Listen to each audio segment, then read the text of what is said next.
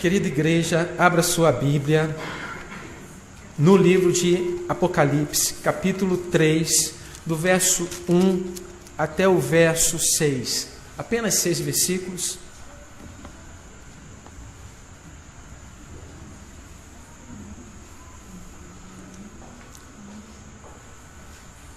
Apocalipse, capítulo 3, do verso 1 até o verso 6. Carta à igreja de Sardes. Ao anjo da igreja em Sardes escreve: Estas coisas diz aquele que tem os 7 Espíritos de Deus e as 7 estrelas. Conheço as tuas obras, que tens nome de que vives e estás morto. Sê vigilante e consolida o resto que estava para morrer, porque não tenho achado íntegras as tuas obras na presença de meu Deus. Lembra-te, pois, do que tens recebido e ouvido, guarda-o e arrepende-te, porquanto se não vigiares, virei como ladrão, e não conhecerás de modo algum em que ora virei contra ti. Tens, contudo, em Sardes umas poucas pessoas que não contaminaram as suas vestiduras e andarão de branco junto comigo, pois são dignas. O vencedor será assim vestido de vestiduras brancas, e de modo nenhum apagarei o seu nome no livro da vida. Pelo contrário, confessarei o seu nome diante do meu Pai e diante dos seus anjos. Quem tem ouvido, ouça o que o Espírito diz às igrejas. Oremos mais uma vez. Pai eterno, Deus de infinita bondade e poder, nesse momento, Senhor, pedimos a ação do Teu Santo Espírito em nossas mentes, para que possamos compreender perfeitamente o Seu propósito. Que Teu Santo Espírito venha iluminar nossas mentes, conduzir o nosso coração no centro da Tua vontade. Nos abençoa em nome do Teu Filho Jesus Cristo. Amém. Temos, nesses últimos domingos, ministrado no livro de Apocalipse. São 7 cartas, e nós estamos aqui na 5ª carta, se não me engano, à igreja de Sardes. São 7 igrejas da Ásia Menor. João, o apóstolo João, exilado na ilha de Patmos pelo imperador romano Domiciano, separado do convívio dos seus irmãos de fé, estava ali na ilha de Patmos e recebeu essa revelação às 7 igrejas da Ásia Menor, atualmente Turquia.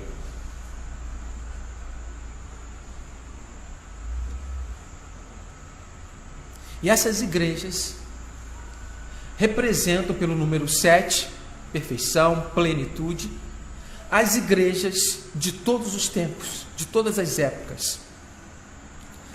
O que nós temos aprendido aqui é aplicado não apenas à igreja, mas também particularmente à minha vida, à minha própria vida. Cristo é apresentado em todas as cartas como aquele que conhece a igreja. Traz uma advertência, uma proposta, um chamado para arrependimento, um aviso de castigo e uma promessa àqueles que permanecerem fiéis. Sobretudo, a vitória já foi conquistada por Cristo. E essa vitória foi conquistada por Cristo na cruz. Apenas permanece a nossa esperança de um dia nos encontrarmos com Ele, para vivermos plenamente essa vida. O contexto histórico dessa cidade, Sardes. Sardes estava localizada numa alta colina, cercada por muros. Os moradores, os habitantes daquela cidade, por essa situação geográfica, se achavam autoconfiantes. Aquela cidade dificilmente seria destruída ou invadida devido a essa localização privilegiada, num lugar alto, cercada por muros. Os moradores eram orgulhosos e autoconfiantes. Essa cidade só foi invadida 2 vezes, em 2 situações. Uma no ano 529 a.C., pelo rei Sírio da Pérsia. E como ele conseguiu isso? Os vigilantes ou os vigias da cidade à noite dormiram, devido à alta confiança. Dormiram.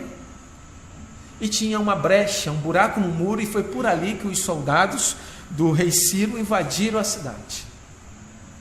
Aconteceu também uma segunda vez no ano 218 a.C. O mesmo episódio. Os vigilantes adormeceram e o exército do rei Antíoco Epifânio, rei da dinastia Seleucida, invadiu a cidade da mesma maneira. Então, quando os membros da igreja de Sardes receberam essa carta, essa informação, sede vigilantes, senão virei como um ladrão da noite, eles entendiam perfeitamente o que Jesus estava querendo dizer. Vigilantes. A cidade, então, vimos que tinha um ponto vulnerável, um buraco na muralha. E os seus moradores eram autoconfiantes a tal ponto de os vigilantes dormirem. Uma primeira lição que nós aprendemos aqui, que nós, seres humanos, filhos de Deus, chamados por Ele, que também nós temos alguns pontos vulneráveis. Você já pensou nisso? Qual que é o seu ponto vulnerável? Qual que é aquela área da sua vida que você é fraco?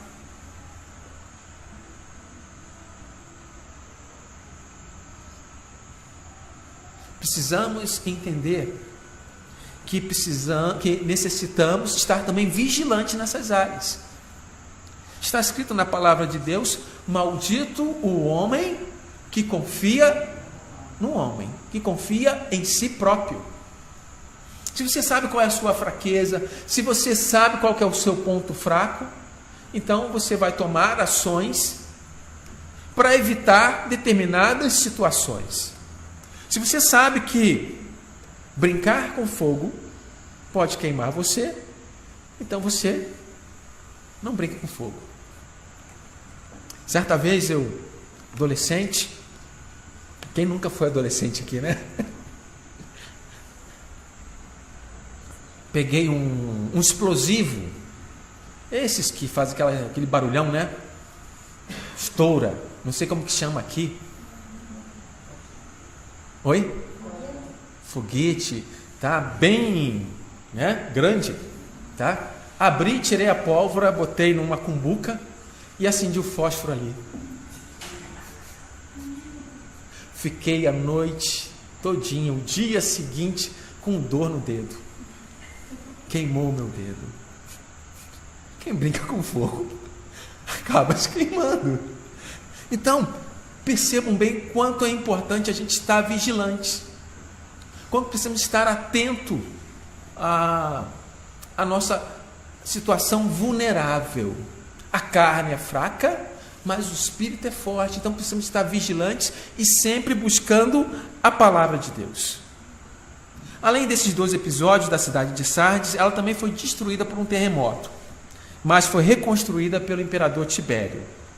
A cidade, depois disso, tornou-se famosa pelo seu alto grau de imoralidade que a invadiu e a dominou. Quando João escreveu esta carta à igreja de Sardes, a cidade era uma cidade riquíssima, mas totalmente degenerada.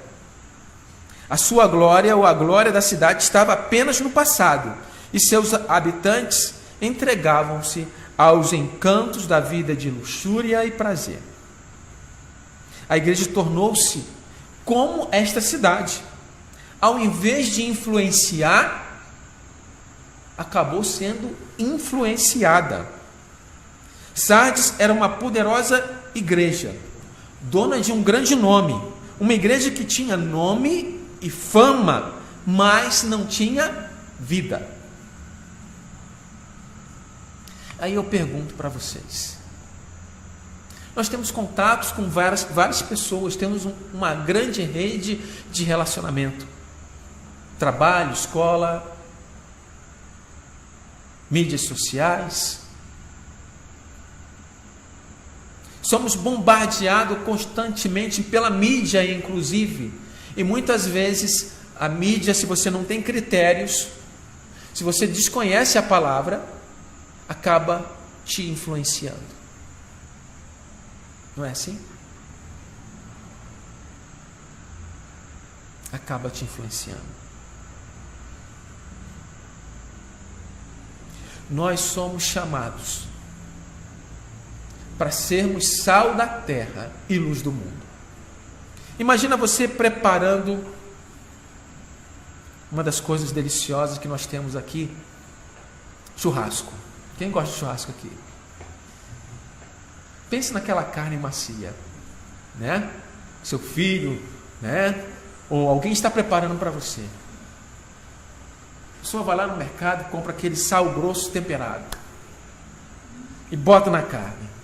E quando você vai comer a carne, insossa, sem sal. Mas como sem sal? Eu botei um montão de sal ali, mas a carne não estava salgada.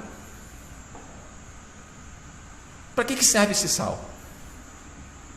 Que não é capaz de salgar uma carne de churrasco. Não serve para nada.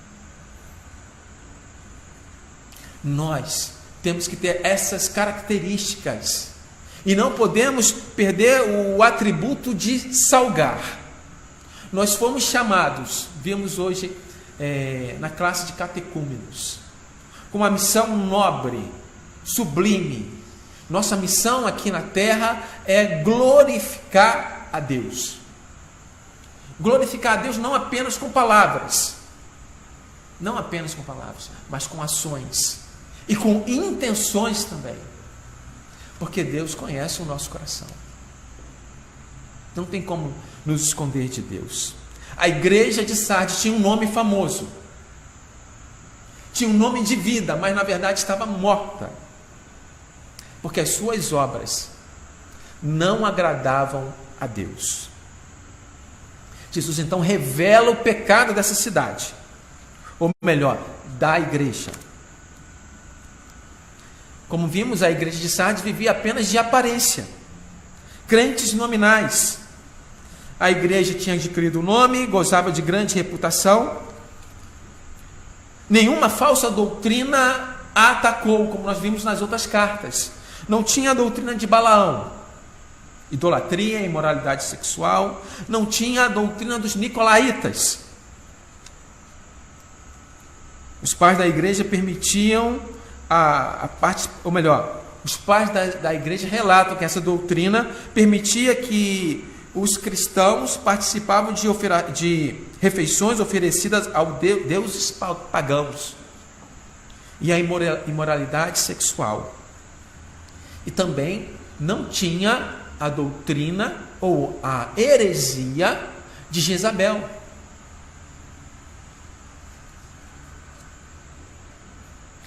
Não havia também ataques externos, perseguição, provavelmente porque a vitalidade da igreja ou a espiritualidade da igreja estava lá embaixo.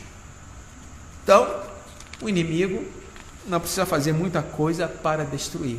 Ele usou outra tática, usou o mundanismo entrando na igreja.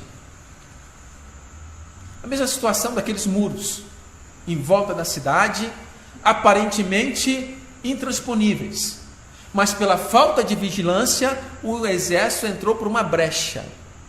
E é assim que o mundanismo entra na sua vida, ou pode entrar na sua vida, por uma brecha, por algo que está vulnerável.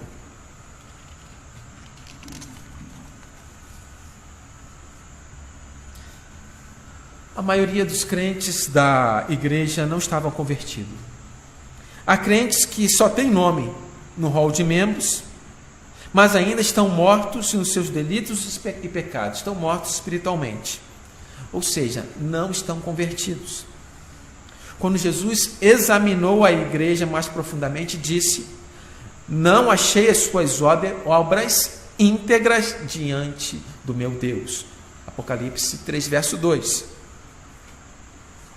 Há igrejas cujos cultos são solenes, são cheios de pompa. Você olha para o... Eu já entrei numa igreja, fui visitar, fui ver, apenas olhar. Estava morando ainda no Rio Grande do Sul, em Porto Alegre. O púlpito da igreja com colunas todas douradas, né? Aquele show, parecia um show.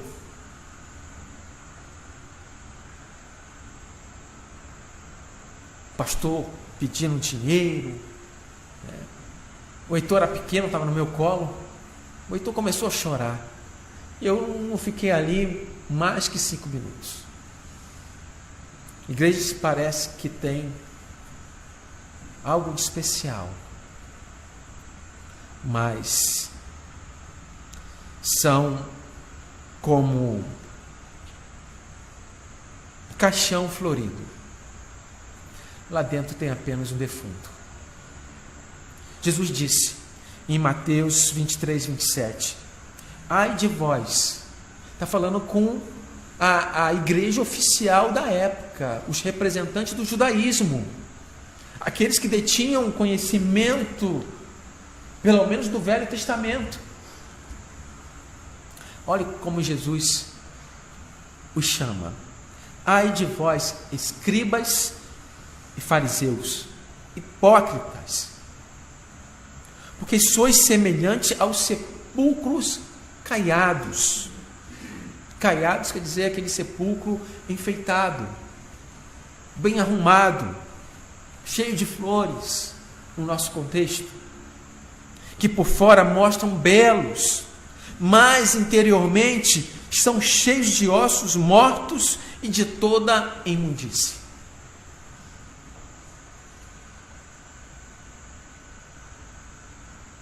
Tem aqui em Curitiba um cemitério muito bonito.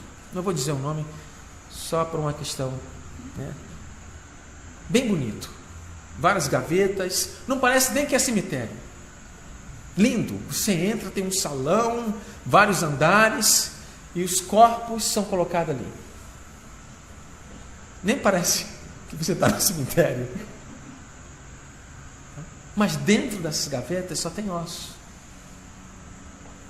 do seu ente querido. Não tem vida. Deus quer te dar vida. A proposta de Jesus é essa: vida e vida abundante, vida plena a partir daqui. E a morte vai ser apenas uma passagem para você encontrar lá adiante, depois que passar essa porta, aquele que tem toda a glória, aquele que tem todo o poder, aquele que morreu por você na cruz, aquele que perdoou os seus pecados, que pagou o preço do pecado. Está escrito: o salário do pecado é a morte, mas o dom gratuito de Deus é a vida eterna em Cristo. Amém? A reputação da igreja era apenas para as pessoas e não diante de Deus. A igreja tinha fama, mas não tinha vida. Mas Deus vê tudo e não vê como um homem vê. Você olha para uma pessoa, você consegue olhar nos olhos, você consegue olhar a sua face, consegue olhar a sua expressão, às vezes consegue até descobrir os seus sentimentos, se está triste, se está alegre. Você até consegue fazer isso. Mas Deus, o olhar de Deus vai além. Ele te conhece por completo. Se eu perguntar para você, você se conhece? Você conhece a si mesmo? Certamente você vai dizer que sim. Mas eu vou dizer para você, existe alguém que conhece você mais do que você mesmo. E esse alguém é Deus.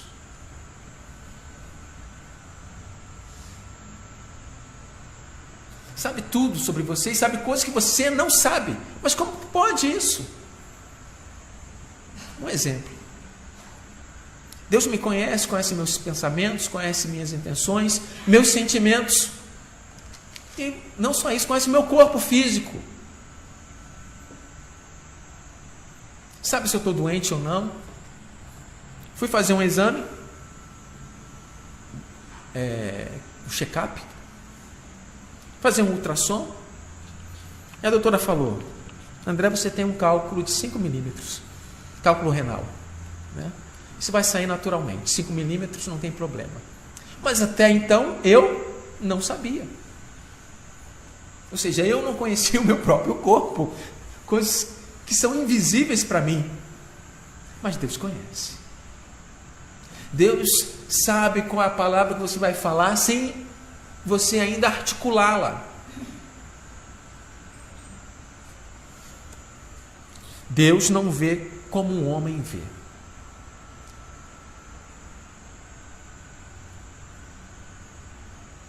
E é importante você saber que o mundanismo, o pecado, acaba adoecendo a igreja. O pecado faz com que você perca a vontade de buscar as coisas de Deus. O pecado mata os sentimentos mais elevados e é capaz de petrificar o coração. No começo começam as dúvidas, medo, tristeza, e com a constância do pecado até a cauterização da mente. O que quer dizer isso? Você pecou, o Espírito Santo vai e te avisa. Você continua pecando, peca, continua vivendo no pecado, até o ponto que você acha que aquilo não é mais pecado. Cauterização de mente. Os crentes da igreja de Sardes viviam assim. Suas obras não eram íntegras diante de Deus. Eles trabalhavam, mas apenas para as luzes daqueles que estavam vendo. Eles promoviam seus próprios nomes, em vez de promover o nome de Cristo. Buscavam sua própria glória, em vez da glória de Deus. Honravam a Deus apenas de lábios, mas não com o coração. Ou seja, estavam em pecado. A causa da morte da igreja de Sardes não era nem perseguição, nem heresia, mas o mundanismo que entrou na igreja. A maioria dos crentes havia contaminado as suas vestes pelo pecado. E isso é um símbolo da corrupção.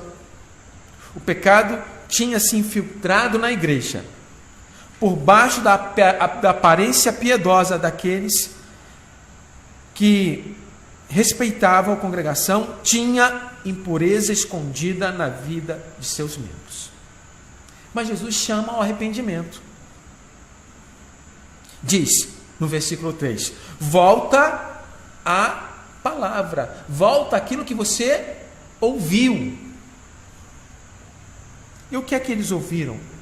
Ouviram a palavra de Deus. A igreja tinha se apartado dessa pureza espiritual e era necessário voltar à vigilância. Sardes, a cidade de Sardes, foi invadida porque não vigiou. Jesus alerta a igreja que se ela não vigiasse, ele viria como que? Um ladrão. Imaginou se você soubesse meia hora que o ladrão vem? Não, está todo mundo vigilante, né?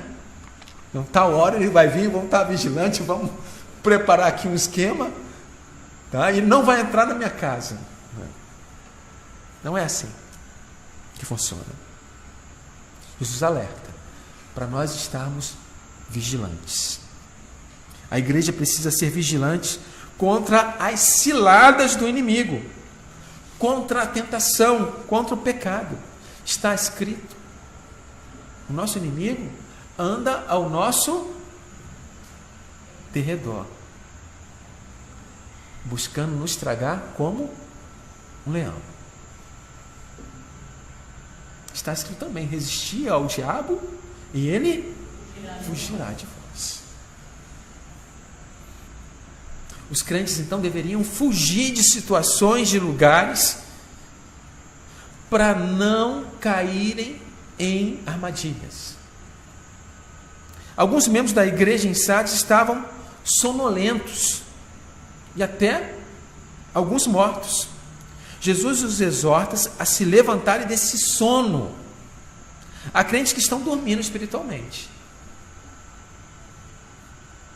estão acomodados, estão indiferentes às coisas de Deus, não têm apetite espiritual, não vibram com as coisas celestiais. Eu estive lá em Bocaiúva do Sul e meu coração ficou vibrante, ou melhor, no Tigre, vibrante. Uma comunidade florescendo, crescendo. Nós temos um desafio agora, Bocaiúva do Sul, dia 10 de março. Espero que seu coração esteja vibrando com isso, porque isto é um investimento na eternidade. Falamos aqui de sepulcros caiados. Eu pergunto para você: se você morresse hoje, não quero que isso aconteça, o que você vai levar daqui? É dinheiro? A sua roupa que você está vestindo, você não vai levar, vai ficar lá, né? O que você vai levar? E aí vem a grande pergunta: qual o investimento que você tem feito na eternidade?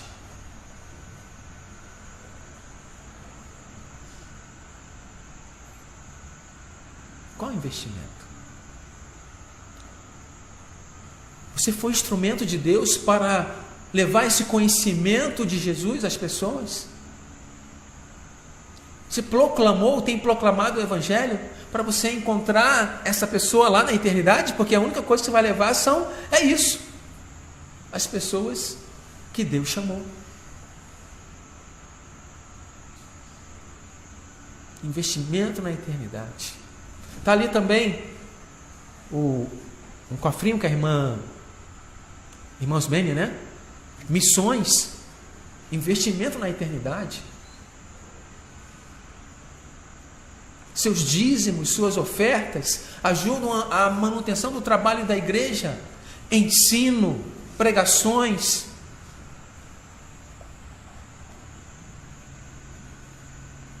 Precisamos ficar entusiasmados com as coisas de Deus.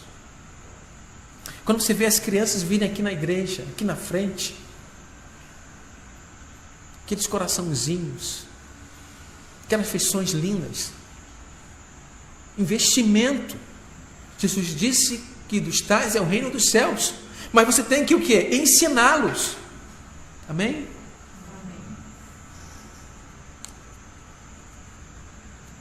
Os crentes fiéis precisam fortalecer os outros que estão sonolentos, precisam despertá-los com a palavra, socorrer aqueles que estão contaminados no mundo.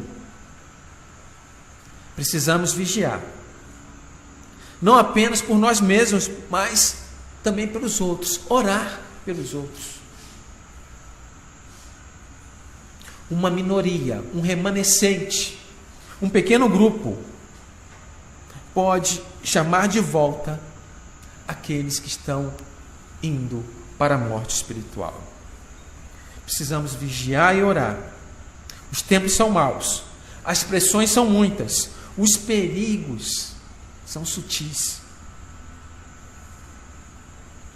O diabo não atacou a igreja de Sardes com perseguição, nem com heresia, mas infiltrando o mundanismo no meio dela. Os crentes não estavam sendo mortos pela espada, mas pela amizade com o mundo. A palavra de Deus diz: quem ama o mundo não ama Deus.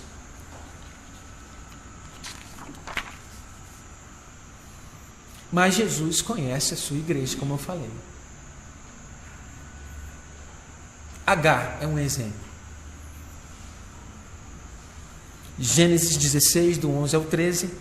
Disse ainda o anjo do Senhor a Agar, a escrava egípcia de Sarai, ou Sara: você está grávida e terá um filho, e lhe dará o nome Ismael, porque o Senhor a ouviu em seu sofrimento. Ele será como um jumento selvagem. Sua mão será contra todos e a mão de todos contra ele, e ele viverá em hostilidade contra todos os seus irmãos. Este foi o nome que ela deu ao Senhor que lhe havia falado. Sabe qual foi o nome que Agar deu a Deus? Tu és o Deus que me vê. Tu és o Deus que me vê. Jesus sabe quem somos, como estamos e o que precisamos. Ele é o dono da igreja, ele tem essas 7 estrelas na mão. A igreja pertence a Jesus, ele tem autoridade e poder para restaurar a sua igreja. Ele exorta, consola, cura e restaura. Ele é capaz de levantar a igreja das cinzas. O problema da igreja de Sardes era uma morte espiritual. Cristo é vida. Ele disse: eu sou a ressurreição e sou a vida. O profeta Ezequiel foi chamado para pregar para quem? Para ossos secos. E a pregação daquele homem, naquela visão, fez que aqueles ossos secos, tornaram-se a vida. Eu pergunto para você nesta noite, já próximo de terminar a mensagem: como você está? Como você está? Onde você está? E quem é você?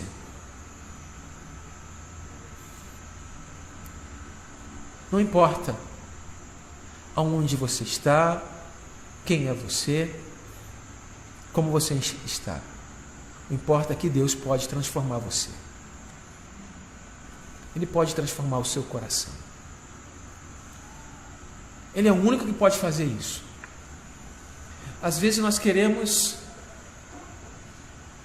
transformar uma pessoa, mudar uma pessoa, não é? Às vezes nós queremos mudar uma pessoa. Queremos mudar o marido, queremos mudar a esposa, queremos mudar os filhos. Nós queremos mudar.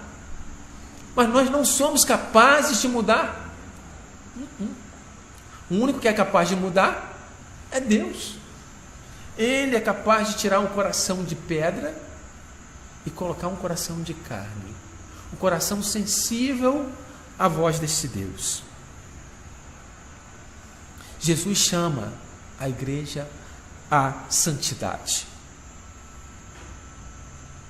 A maioria dos crentes de Sardes tinha contaminado suas vestes com pecado. Estavam impuro. Mas diz o texto que o vencedor receberia vestes brancas, símbolo de festa, símbolo de pureza, de felicidade. E é importante a gente lembrar que sem santidade não há salvação. E quem opera essa santidade é o Espírito Santo. É um processo. Tá? É um processo até a gente se encontrar com Jesus. Sem santificação ninguém verá a Deus. Sem vida com Deus aqui, você acha que vai ter vida com Deus lá? Não vai ter. A vida com Deus tem que começar onde? Aqui, enquanto você está vivendo. Aqueles que estão mortos espiritualmente e negam a Cristo nesta vida, não têm seus nomes escritos no livro da vida. Talvez você pode ter o seu nome escrito no rol de membros da igreja. Mas isto não é condição de você ir para o céu. Olha só, hein? Você tem que estar com o seu nome escrito no livro da vida, que está lá com Deus. Sua intenção, Deus conhece. Seu coração, Deus conhece. Sua vida, Deus conhece. Não tem como se esconder. Não tem. Os crentes fiéis confessam publicamente aqui na terra que Cristo é o Filho de Deus, que morreu e ressuscitou dos mortos e que ascendeu, que está ao lado direito de Deus. Amém? Vimos nesta noite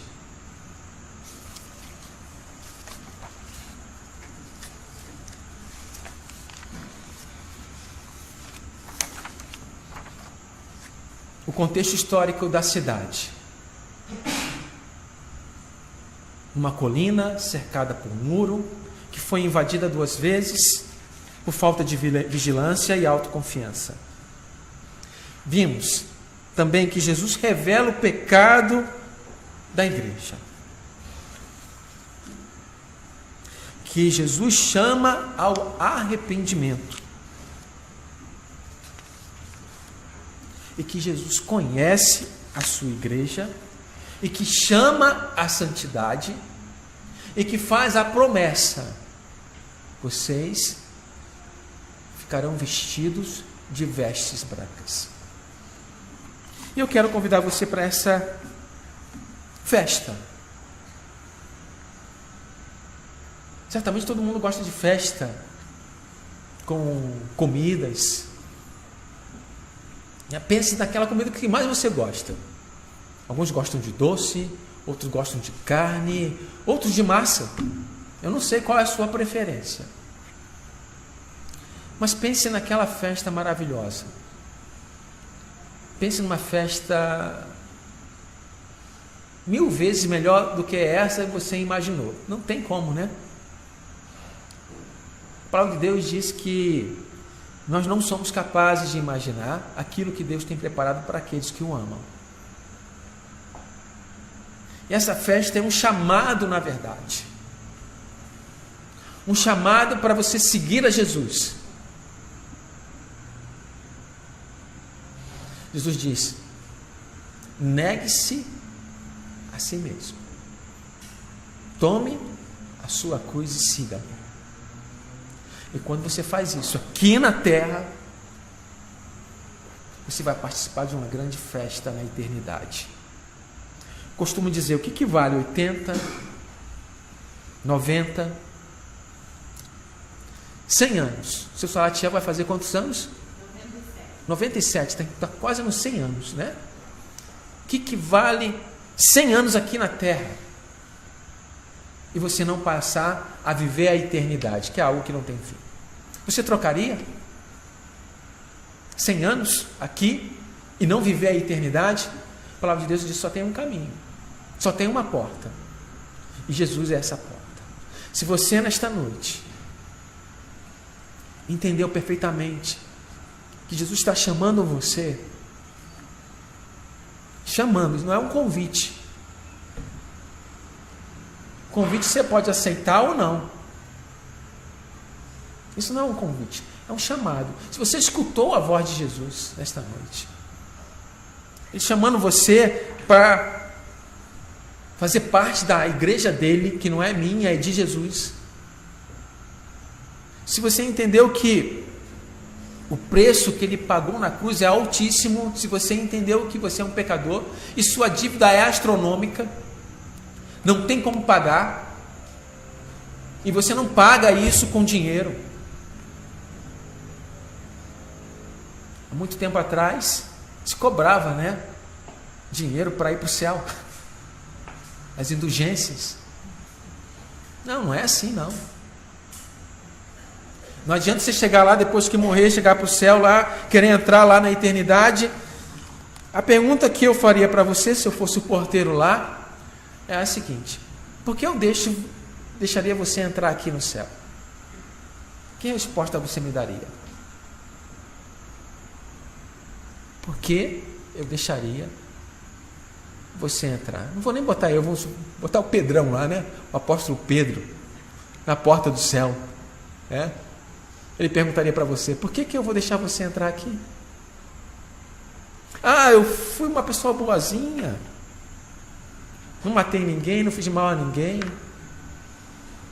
Jesus disse que o único que é bom é Deus.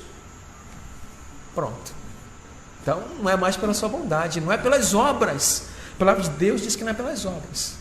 A palavra de Deus diz que o justo viverá pela fé. E é pela fé nesse Senhor e Salvador Jesus Cristo. Se você ouvir o chamado, esta é a noite em que você pode começar a viver abundantemente. Amém? Vamos orar? Feche seus olhos.